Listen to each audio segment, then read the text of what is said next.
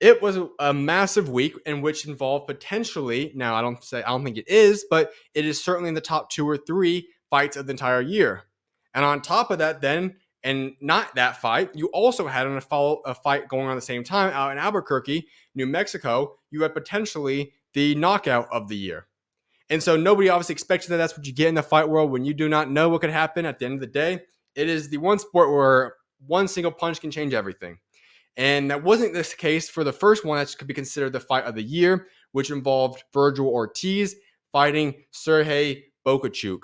Now, in that fight to this weekend in Las Vegas, obviously, we talked about this on Thursday. It was a fight that you could say was set up because, Turkey, His Excellency, wanted to have a fight in place so that we could have Terrence Bud Crawford fighting Vergil Ortiz at a Riyadh season card in the future.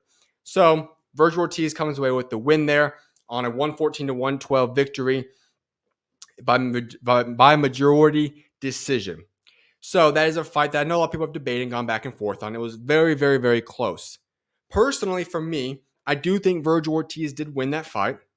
However, I was a little bit shocked because there were 2 knockdowns. Originally, the one in the early rounds was a knockdown in the first round, actually, was a knockdown in which, it was not called. And then they went back and reviewed it later on in, I think it was the 3rd or 4th round, and they ended up giving him the knockdown. That one I agree with. And then we get to the 8th round, and I don't think that was a knockdown. However, it was called a knockdown. So essentially what you were given was 2 10-8 rounds for Bokachuk. And therefore, because of those 2 10-8 rounds, I was a little bit shocked that Vergil still came out with the win. I thought it was almost going to be a split decision. They're going to tie, but that wasn't the case. And so I do think Vergil Ortiz was the better fighter in the ring that night, but that was still an incredible fight, and a fight where it was a war from round 1 to round 12. You had 2 knockdowns, and then you also had just countless shots being landed throughout the entirety of the game. It was a very brutal fight overall. And so that was one, like I said, that a lot of people do claim could have been the fight of the year. So that then puts us in a position, well, all right, this fight was great. And I think there was a large draw where now a lot of people are saying that would be a rematch people are interested in having. So does a rematch occur? I'm not sure, because now that Vergil, he won the WBC interim title at 154, now it's going to be a little interesting. What does he do next? Because 154 is a loaded weight class now. Just a couple months ago, you could have said, this was a weight class that nobody had any idea, what was really unfolding now. But at this point in time, we now have a lot of guys with big names, a lot of guys producing, and you have one of the, if not the most loaded division in boxing now. And so Vergil Ortiz has a lot of things now in store for him. He could look at the fight that I think is likely going to occur, which is against Bud Crawford. If His Excellency wants that fight to happen, it's going to happen. If I'm going to be honest on that one, I'm not the biggest fan of that fight. I think that the way Vergil fights, it's not going to be good for him. That fight, that kind of aggressive style going up on Bud like that, I think Bud has him pretty easily there. However, it still would be a mega fight. And if that's what His Excellency wants, then that's what's going to happen. What I personally would like to see, and I know that Turkey was at that fight, and he said that he no longer wants Tim Tszyu, that there was some dispute going on between those guys now. I'm not sure what's going on there. However, a Vergil Ortiz versus Tim Tszyu fight, which I believe was originally scheduled for the Riyadh card as the co-main until Tim Tszyu's injury still was going to prevent him. He wasn't healed on time. That's a fight I would love to see. I think that would be a massive fight. I think that has a chance to be the fight of the year as well. 2 guys that's going to fight at a high level, high output for 12 rounds once again. But also you could see the rematch against Bokachuk. You could see a lot of guys. And so that's something that Vergil Ortiz is going to have to decide. Madrimov, he's a guy that you could obviously put in consideration for that fight as well. He's got a big name now. People are excited about him. He is very, very good. And so we'll see. But I do want to break down the 154 super welterweight division. Here's your 4 champions currently in place. Bud Crawford has the WBA. Sebastian Fundora has the WBC. You have Mercerville. He has the IBF. And then with the WBO is Sebastian Fundora. So you have 3 champions currently holding and possessing the 4 belts.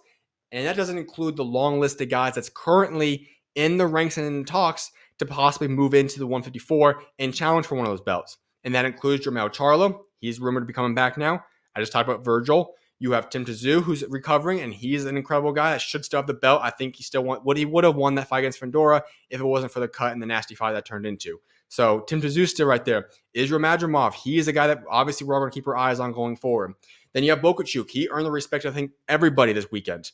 You have Jesus Ramos. He's one of the up-and-coming young guys. He's a guy that's going to be a player in this division. Charles Conwell had a massive KO this past weekend. He is going to be a guy that's now a massive player in this group. Then you have Lubin. This whole 154 group has now got a lot of big-time players where a lot of big fights can happen. And that's why, going back to what I said Thursday, and I think it's been cemented even more now, is that when we're looking at the 154 group, Bud, he has the right to do whatever he wants. Bud can move up if he wants. Bud can go back down to 147. Bud can go fight Canelo if that's really what he wants. But for Bud Crawford, I think staying at 154 for a little bit makes the most sense. I think he's going to be able to beat everybody, but I think it can push him and help him get himself able and adjusted his body right to fight at 154. There's a lot of fights. I just said all those guys could make for interesting fights for the most part with Bud. And I think Bud would win at each and every single one of those to make that clear. But 154 is certainly a weight class to keep an eye on, and it's now become a lot bigger now in the past 2 weekends following the Bud Crawford fight on the past Saturday and this past weekend with Vergil Ortiz and SchuZ. So the 154 group is something to keep an eye on, certainly. I mentioned there's another fight that happened I didn't even discuss on Thursday. However, we have to go all the way out to Albuquerque, New Mexico, and for a fight with Angelo Lee, and you have him fighting Luis Alberto Lopez. Now, this was a fight that went exactly not how anybody thought was going to happen. As we looked at it, Lee, his victory was a significant upset. He was not favored whatsoever to win that fight, but we get into the ring, and he dominates the vast majority of the fight. Lopez had a couple good things he produced, but it was Leo was going to win the fight. But then we get to the 10th round, and you have the knockdown that becomes what ends up winning Leo his IBF featherweight title. And this will go down as one of, if not the KO of the year. And this is getting tough. We've had a couple great KOs this year. Personally, I'm still a fan of the AJ versus Francis one.